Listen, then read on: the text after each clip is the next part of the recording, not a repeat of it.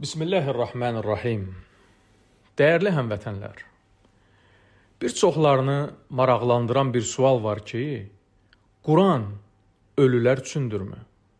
Məgər Uca Allah Quranı ondan ötürü nazil edib ki, insanlar gedib mollaya pul verib Quran oxutursunlar? Axı necə ola bilər ki, adam ömrü boyu Quran-ı Kərimi açıb oxumur, oxusa belə onun içindəkilərə inanmır, orada tələb olunanlara əməl etmir, qadağalardan çəkinmir, sonra da öləndən sonra gəlib hansısa kələkbaz, əksər hallarda heç Quranı özündən doğru düzgün oxuya bilməyən birisi onun üçün Quran oxuyur? Bu necə ola bilər axı? Gəlin bu sualın cavabını elə Quran-ı Kərimin özündən alaq. Rəbbimiz Fatir surəsinin 22-ci ayəsində buyurur ki, sən qəbirlərdə olanlara haqqı eşitdirə bilməzsən. Fikir verin, Rəbbimiz buyurur ki, sən məzarda olan adama haqqı eşitdirə bilməzsən. Gəlin özümüzə bir sual verək.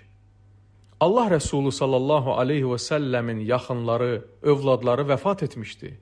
Heç onların məzarının üstündə onlar üçün Quran oxuyubmu? Peyğəmbər sallallahu aleyhi və səlləmin səhabələri ölülər üçün Quran oxuyublarmı? Peyğəmbərimizin əhli beyti qəbirstanlıqlarda Quran oxuyublarmı? Oxumayıblar. Əgər belə bir şey şəriətdə olsaydı, oxuyardılar. Bu da səhih və mötəbər hədislərlə gəlib bizə çatardı. Burada söhbət Quran oxuyub onun savabını vəfat etmiş bir şəxsə hədiyyə etməkdən getmir.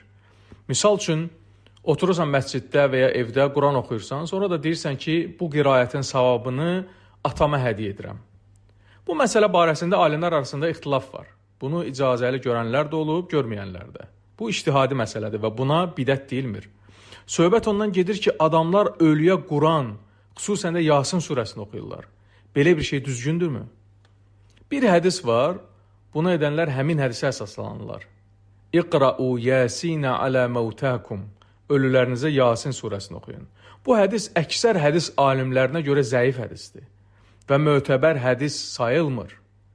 Bəzi alimlər həmin hədisin həsən hədis olduğunu desələr belə, onlar hədisin şərhində buyurublar ki, burada ölüm anında can verən adam üçün Yasin surəsinin oxunması nəzərdə tutulur.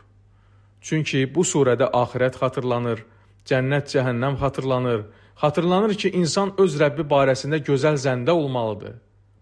Bu baxımdan deyiblər ki, ölüm anında Yasin surəsini oxumaq olar. Yoxsa adam öləndən sonra ona Quran oxuyursan, Allahın əmr və qadağalarını ona çatdırırsan ki, namaz qıl, zəkat ver, zina eləmə, oğurluq eləmə, bunun ona nə faydası olacaq? Sağ olanda Quran-ı Kərimi oxuyub ona əməl etmək lazımdır. Rəbbimiz Quranı dirilər, ağıl sahibləri üçün nazil edib ki, insanlar orada yazılanlara əməl etsinlər.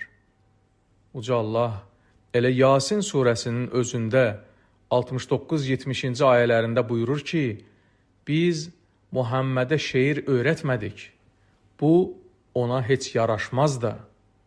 Bu ancaq öyüd nəsihət və aydın Qurandır ki, diri olanları qorxutsun və kafirlər barəsindəki söz gerçəkləşsin. Uca Allahdan diləyirəm ki, bizləri sağ ikən Quran-ı Kərimin əmr və qadağalarına əməl edən qullarından etsin. Və əxiru də'vana enilhamdülillahi rabbil aləmin.